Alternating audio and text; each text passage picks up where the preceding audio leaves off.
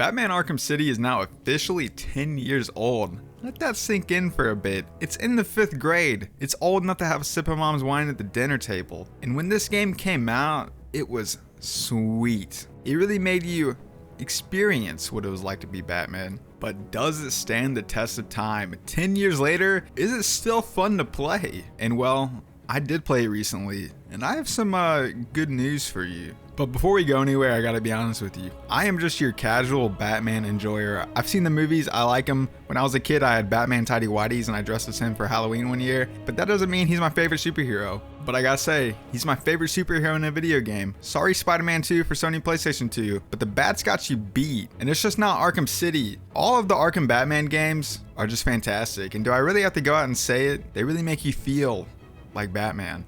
Getting into it, Batman Arkham City, or as I like to call it, Batman Are You Shitting Me? This game is still amazing, sets the tone immediately with a player-controlled sequence of you being incarcerated as Bruce Wayne. You're handcuffed and surrounded by a bunch of goons that want to make you their bitch on the inside. And you're thinking, how can Batman possibly get out of this one? And then you do the long walk into Arkham City and get confronted by the familiar face of the Penguin in an alley. He's short, fat, and British, the trifecta of evil. And it's looking like you're in for a beating, and then wham! You break those cuffs, beat the crap out of everyone, and parkour your ass out of there. And now you're up on a roof overlooking Arkham City. You get your Bat costume, put it on, and you're like, hell yeah, I am the Batman. It really feels like my parents are dead. Batman's name may appear first in the title, but the real main character is Arkham City itself. It's dark, cold, dirty, and menacing, but at the same time, it has a hopeful beauty to it. The faraway city skyline of Gotham is just out of reach, and Batman is stuck in a city with inhabitants that wish him dead. But Batman is a pretty strong dude. He works out every part of his body, including his brain, so this is going to be a piece of cake for him. Taking control of those beefy biceps and thick thighs has never felt better, as controlling the Batman in combat allows you to vicariously fulfill your fantasy of being a badass superhero in a video game. Low-level goons serving the various bad guys of Arkham patrol the streets and are just asking to get their cheeks clapped. What they lack in strength, they make up for it in numbers. Arkham City has a free flow combat system, meaning that you point your stick in the direction of an enemy and Batman will slip and slide around like a ballerina, cracking toes, munching ass, and punching face. On the surface level, this combat can seem very dull and easy. You can definitely just mindlessly slap around bad guys if you want, but you always have the option to mix it up a little bit. Go for the big combos, use your finishers, and sprinkle in some gadgets. I mean, it's a lot of fun to just shock blast one dude, throw batarang, knock another one down, cryo grenade him, and then pull somebody to you with a grapple hook and then slam him into the ground. The game will reward you for being creative with your tactics by giving you more XP so that you can level up. Batman doesn't kill, but he is definitely okay giving these guys some permanent brain damage. Punches and kicks all connect with a powerful smack sound effect, and you can feel untouchable if you get good at countering enemies. Sending 2 would-be attackers to the ground in one counter move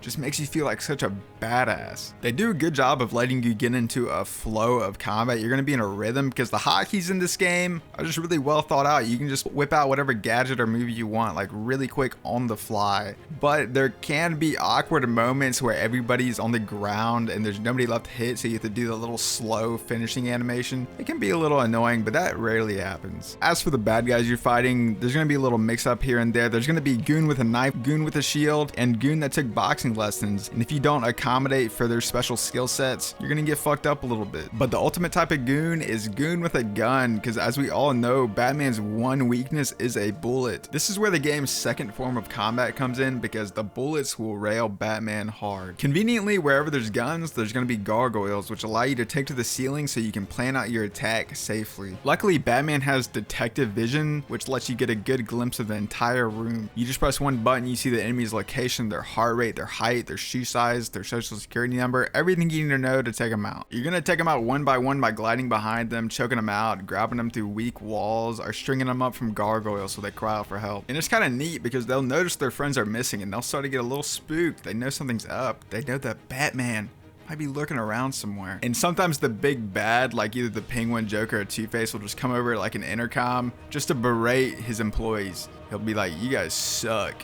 Or Penguin will be like, get the Batman. and this makes you feel good, like you're doing a really good job. It can be kind of difficult sometimes, which is nice, and usually if you mess up and they see you, Batman can throw down a smoke grenade and you'll zip up to the ceiling and swing around like a little spider monkey until they lose sight of you. Sometimes there are special enemies for these types of combat situations, like radar jammers that block your detective vision. You just gotta deal with them first and then you're back to business. Now you gotta remember, Batman isn't just a sweet, pretty face with a muscly bod. He's also one of the world's greatest detectives. So occasionally you get to investigate a crime scene, find some blood, find some fingerprints, figure out what happened, recreate the scene, follow somebody, track their prints. All standard Cape Crusader shenanigans. To sum up a little bit of the story, no spoilers if you haven't played it before, the mysterious and bald Dr. Hugo Strange has turned a part of Gotham City into a prison where the villains have free reign. You go in as Bruce Wayne, but stay as Batman to figure out exactly what Dr. Strange is up to and what the vague Protocol 10 is. Over a single cold, snowy night, you traverse the new Arkham City, piecing the puzzle together while encountering iconic villains such as the Joker, Two-Face, the Penguin, Mr. Freeze, and a host of other notable ne'er-do-wells. And they really knocked it out of the park with these characters. I mean, their designs, their voice acting, it's swell. And I gotta admit that the Joker and Batman in these games are just some of my favorite iterations of the characters. Joker is voiced by Mark Hamill, who just does a crazy good job. I mean, he's just the Joker to me. And I love the Batman of this game because he just comes across like a normal guy who's just really annoyed that he has to do all this stuff. Like, he even has a built-in permanent scowl etched on his mask. He's just really dry, and he's even talking like a Batman voice. He just talks like a normal dude, like nobody's gonna figure out that he's Bruce Wayne. Sounds like Joker's trying to stop me with mines. Will it work? Do I look worried? And when talking to villains, he just talks to them like he's like a kindergarten teacher talking to 5-year-olds. He's like, you better stop what you're doing right now. And like a normal voice as well. And they just say no, obviously, because they're evil. And then he's like, okay, I will beat you up. You're finished, Cobblepot. No, I'm sorry. Please, don't hurt me.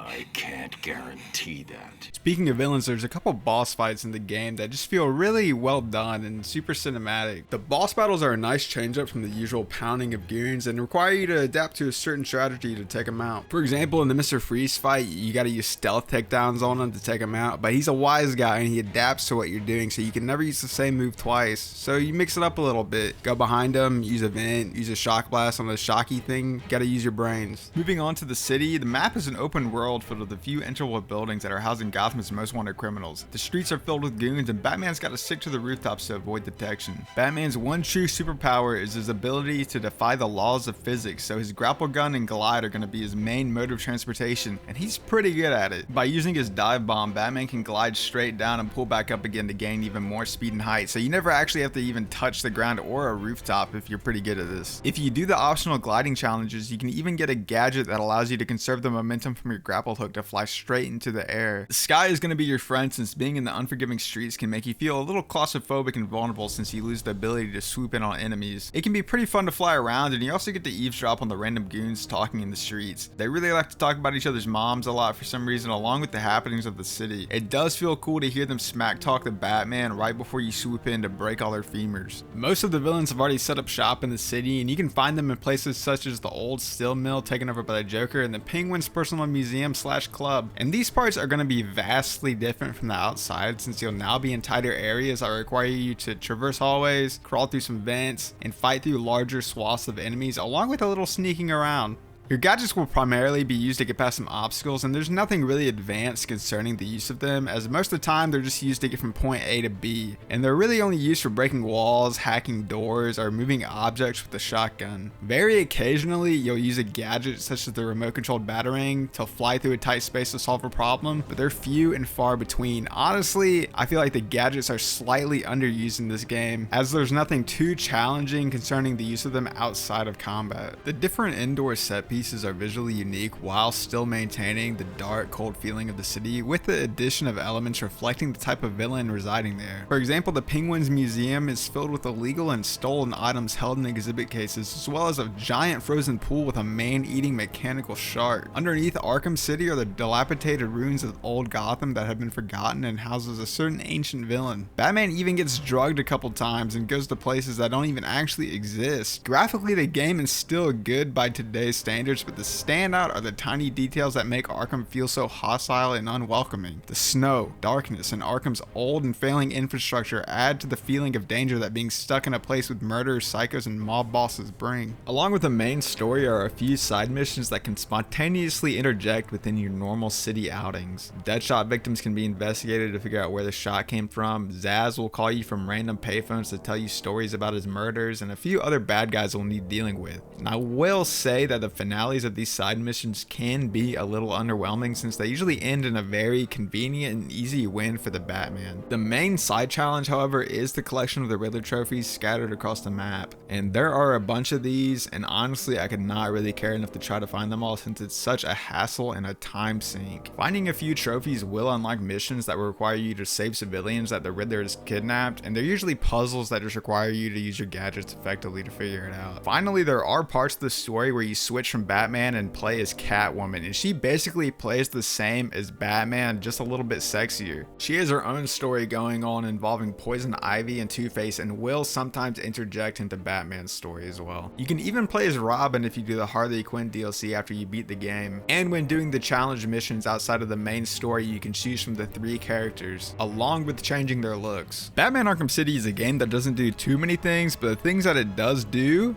are done well. The combat and controls are tight and fun. Arkham City is the perfect map size filled with interest, enemies, and secrets to explore, and the dark, lonely night in the city is the ideal setting for Batman and gives us the sense of power and comfort since we know it's where he can thrive. Along with a genuinely interesting story full of a great and somewhat familiar cast of villains, the game draws you in, and it can be fairly easy to just knock this out in 1 or 2 play sessions. And I know this video may come across as too positive for this game, but I really enjoy it. There are some negatives, but just the pure fun and enjoyability of this game overshadows a lot of that for me. There's no funny business with this game. It is just gameplay. It doesn't overstay its welcome, and it doesn't try to be anything it's not. And that right there is why I think this game is still pretty freaking good 10 years later, and I do recommend that you guys check it out if you haven't.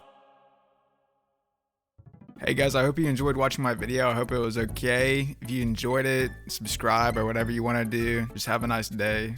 Be safe. Bye bye.